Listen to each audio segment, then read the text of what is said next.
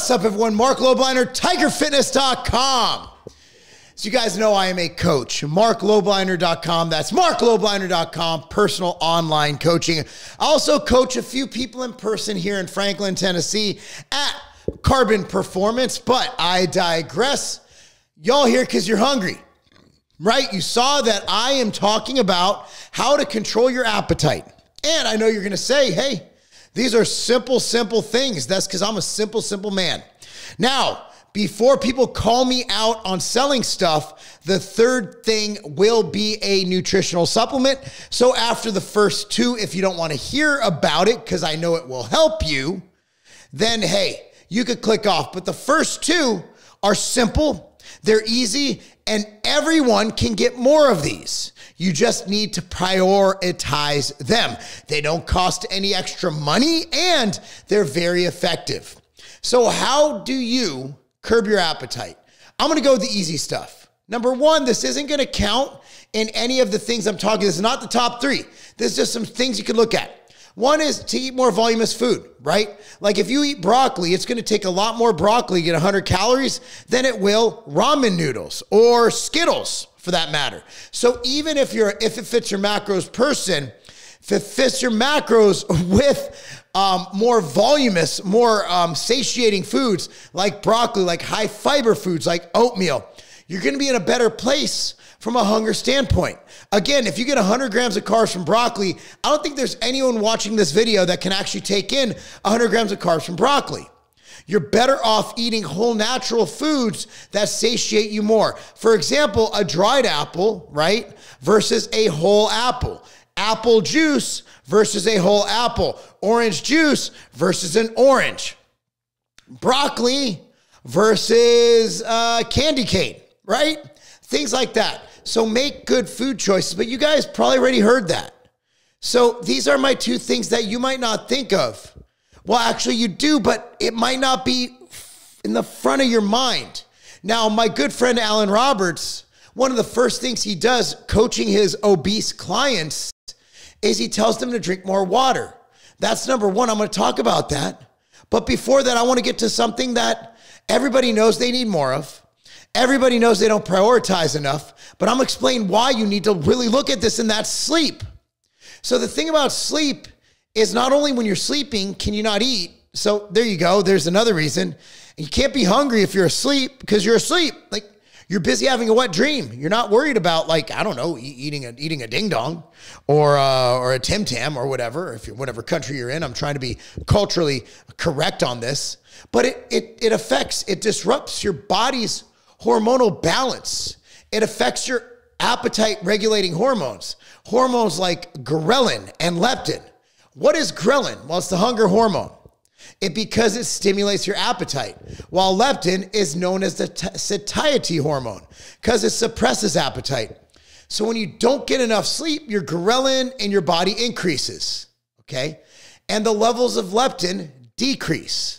So what that results in is an increase in appetite, especially because your appetite, right? You want things that taste good. High carbohydrate, high fat foods. Those are the things that taste really good. Junk food, Oreo cookies, right? High carb, high fat, low protein. Super rich in calories. Also, lack of sleep affects insulin sensitivity, which can not only increase your hunger and your cravings, but also causes you to store more fat. Crazy, right?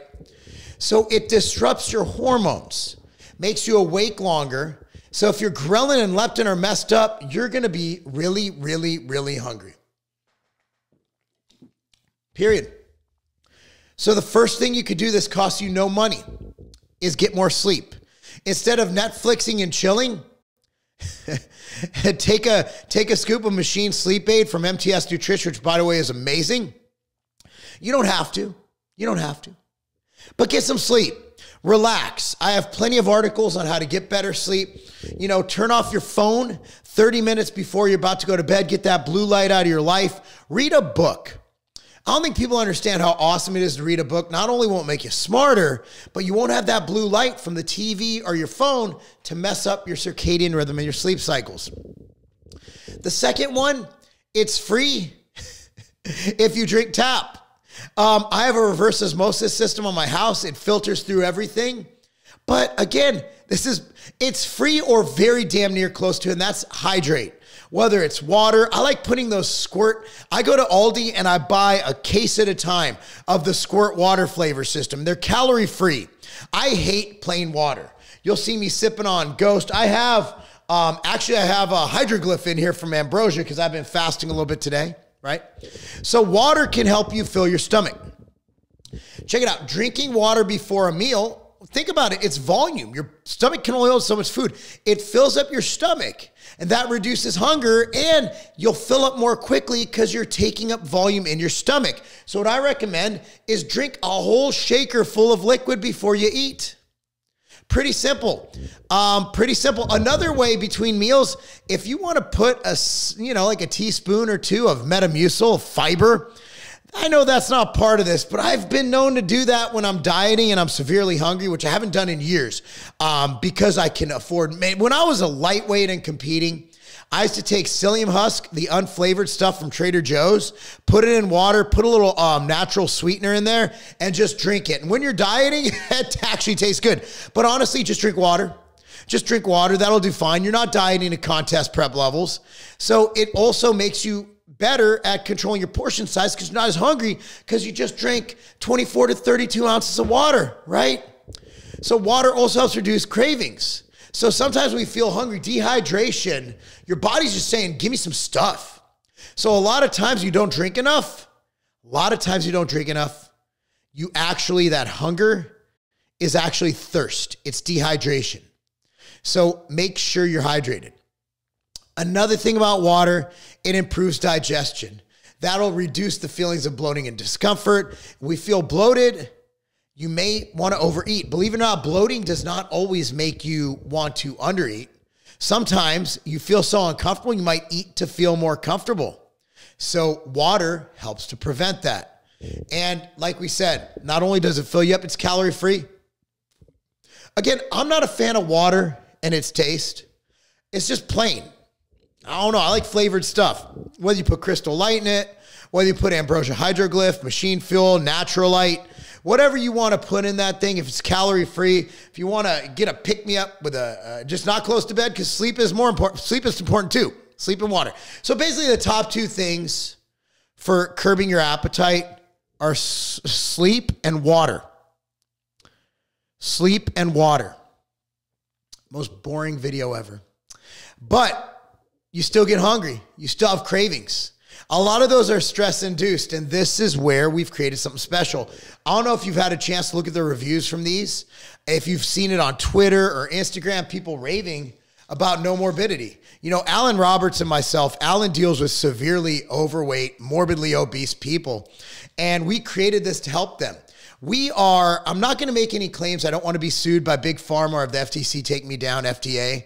But at the end of the day, the results we're seeing from Ambrosia No Morbidity, not only does it not have the side effects of prescription drugs, but it looks like the results are, I'm not going to compare it to a prescription drug. They're damn impressive.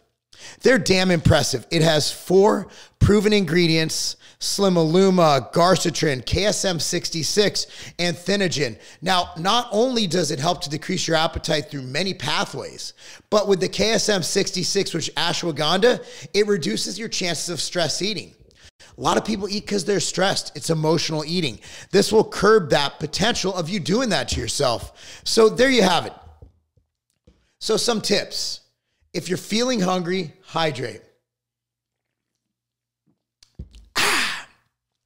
If you're feeling hungry, pay more attention to sleep.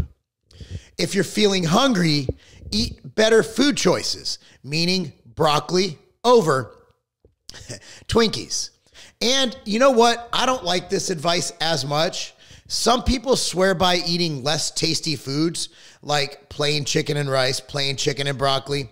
I'm not that guy. I actually feel better when I eat tasty foods because at least then I'm excited because I'm eating tasty foods. I look forward to my next meal.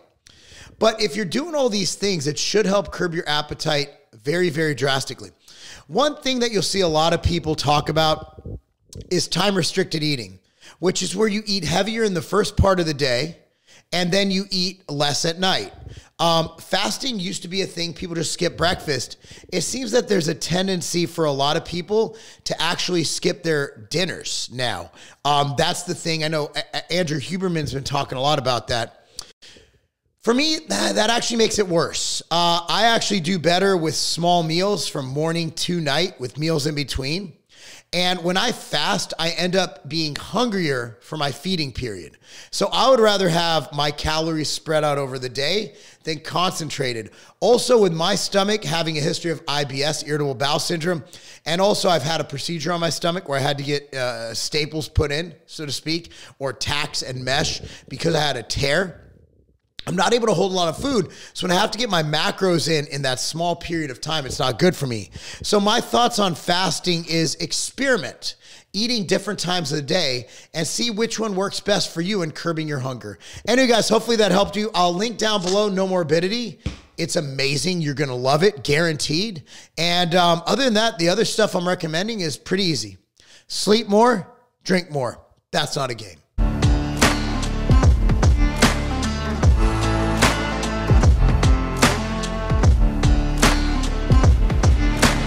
I used to have to go through dozens of bottles of vitamins, of supplements, just to get what I need. Look, I'm busy. I'm running multiple businesses. I'm coaching. I'm a professional bodybuilder getting ready for my first pro show. I don't have time to sit there and do all that. I gotta go. I'm on the go all the time. That is why I created MTS Nutrition Immortal.